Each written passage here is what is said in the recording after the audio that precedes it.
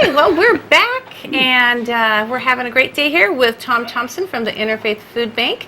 And there's the neatest thing, and I read about it in a press release, and I had to call you and say, you got to come on and tell us about this.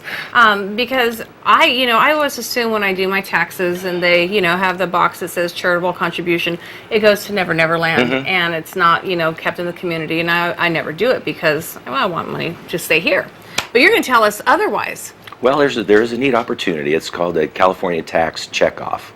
And on your California state income tax return, there's an opportunity for you to dedicate a little bit of amount to whatever organization or charitable group, that nonprofit out there. There's over 40,000 of them in the state. But in this case, there's a section called the Emergency Food for Families Fund. And what this does is, no matter what your income is, any amount will help. You put the amount on your income tax, and that amount will go to the food banks. There's 48 or so food banks in the state of California. And it's broken out. Basically, every food bank gets $5,000. And then it's broken out on a percentage, a 60-40 percentage of reflecting on unemployment and the poverty level in each community. So some food banks like Los Angeles get a big chunk of change. We get a little over $5,000, which that $5,000 is a blessing all by itself. It's a nice little shot in the arm during the mid-year when funding is, community donations are really low. We take that $5,000 and we get reimbursed for purchases that we make. So, example, to receive our $5,000, it's actually $5,100. To get our money back, we make a purchase. So we purchased basically enough peanut butter to last 2.5 months, and powdered milk to last 2.5 months. So figuring that we've got 60 clients that come in a day on an average to the food bank, they're getting peanut butter, they're getting milk, and so that supplied us that $5,000. We can know how to stretch the dollar, so that's why I'm always talking about monetary contributions versus the food contribution, because we can make those wholesale purchases. But the tax checkoff, it's just it's a neat and easy way for you to support your food bank, and by just making that small donation on your income tax return. Yeah, and it's painless. You check the box. It's not like you have to write a check or get your credit card out. It comes straight out of that tons of money you're getting back on your taxes, and and it's an easy thing to do, and we know it's going to come into our community, and that's what I really like about it. Yeah, it is. Like I said, it's an amazing setup. The California Association of Food Banks worked really hard on this, and we're a part of that organization.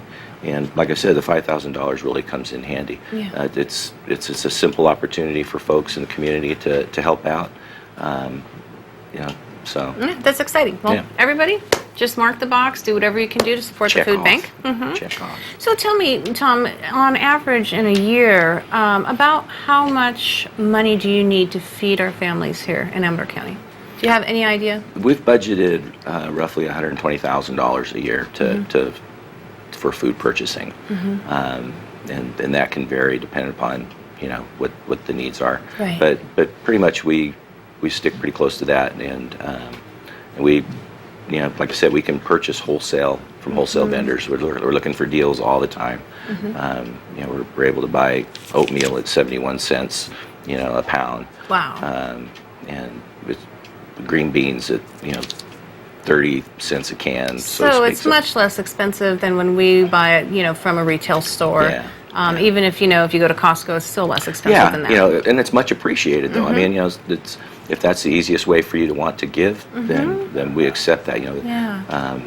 But it's just a great opportunity. So and then you can stretch that money and take it as far as you can. And $120,000, that's not easy to accumulate, even with this $5,000 from the tax contribution. And so whether you have canned goods or you want to make a monetary donation, what website can they make a donation at?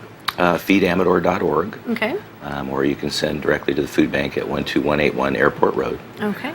Or call 267-9006 for information if you need help with that. So. Oh, good. Well, we have a little more time left, so let's talk about what the food bank is up to these days.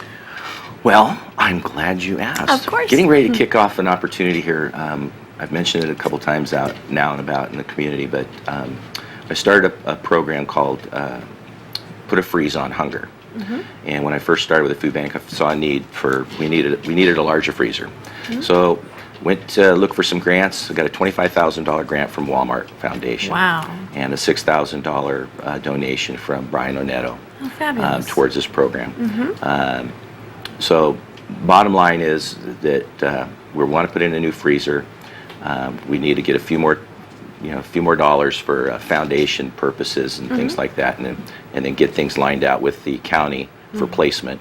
The property cuts in on the state property, so we need to get that all worked out. So Good. Put a freeze on hunger is the next one. Okay, well, I'm excited about that too, and it's good to know that there's actual allocation for certain monies. A lot of people kind of just feel comfortable if they say, "Oh, well, my money's going to this or my money's going to that," and that's a really neat thing to do. Yeah. And you have a lot of volunteers still We coming do. in. Yeah, we do. Good. We could always use more volunteers, both at our thrift store, Grapevines Thrift Store. It's the food Okay. bank thrift store. Okay. Contributed over $62,000 last year to the food That's bank. amazing. It is amazing. Thank you for being on the show, My Tom. pleasure. I Thanks for appreciate asking. it, and My we'll be pleasure. right back. Thank you. You're watching Amador County's local television network, TSPN.